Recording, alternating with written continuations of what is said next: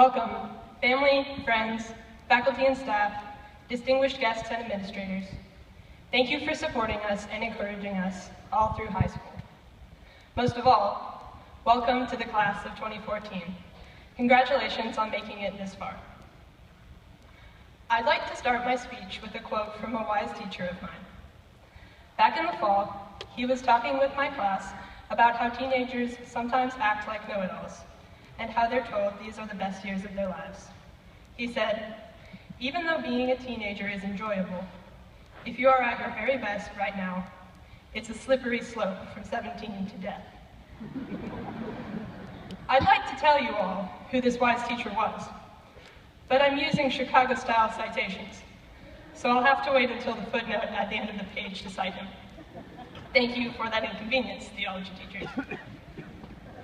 Anyways, high school has been a time for build-up to a future climax, a slow, 4-year process of book learning and preparation for college, true, but more importantly, a long process of self-discovery and of finding out our true identities and interests. For instance, I used to hate school when I was in middle school, especially because of math, and especially because of polynomials. I would frustratedly cry over my math homework, and night over night complain to anyone who pretended to listen. Throughout high school, I've learned to absolutely love school and enjoy math. I consider polynomials delightful because they're easy to take the derivative of, and I memorize strings of numbers for fun in my free time. Who would have guessed? Now that I've gotten to the footnote at the bottom of the page, I can cite my British literature teacher, Patrick Connolly, as the wise teacher with the quote about teenagers and death at the beginning of my speech. Thank you, Mr. Connolly. Back to the point. I did a series of short interviews with some of you seniors this week about the most significant things you've discovered about yourselves in high school, whether it be an unknown talent, a discovered interest, or even a whole new outlook or approach to life. The most common discovery was a much appreciated ability to feel comfortable around peers and take off the mask and shell that hide who a person truly is. After all, if they're worthwhile friends, they won't mind seeing you as you truly are. A lot of you interviewed mentioned fine arts interests, discovering a gift for oil painting, creative writing, singing with chamber choir, playing banjo, or a similar talent has expanded your range of abilities past old freshman expectations. And some of you reflected on how you discovered the real value of work ethic, or refused to limit yourselves to one interest when you had multiple.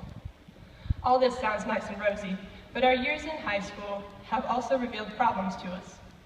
One of your fellow classmates said she discovered a meanness and dishonesty she didn't know she had, and another found that her faith was not as strong as she had originally thought, but she's been able to improve it over the past year. I'm glad all of us as seniors have discovered so much about ourselves, and I am glad we've improved socially, athletically, and academically. But we are not at the top, and most of us realize that. In college, we will discover so much more, good and bad, and we may even get to change the identity we present to the world. Some of us may change our college major 5 times. Others may find a future spouse to run off with. Others may go on to play professional football and even win the Super Bowl, and who knows what else. The point is that we don't know, and we can't yet. I wish I could stand here and say that we are all going to be successful and important leaders who change the world with our stellar JPII and college educations, or even that most of us will, or even that many of us will. But I know that's not true. However, we do have the chance.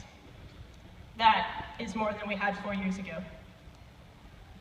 As we go forward, there is only more to discover about ourselves and the world around us, and there is only more build-up to bring us to the real peaks of our lives. And that brings us back to the original point. Class of 2014, I hope your slippery slope to death doesn't start at 17.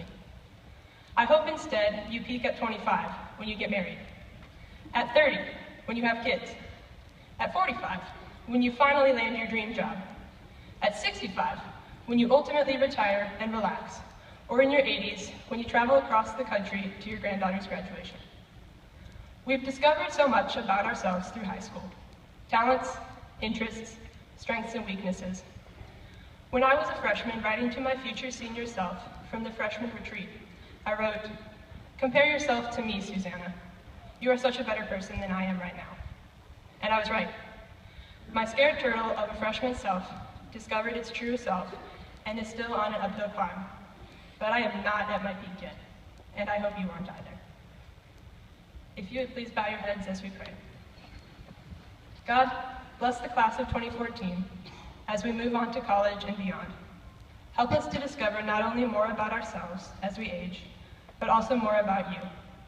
And help us to use that new knowledge to follow you more closely. You will always be faithful to us. Help us to be faithful to you.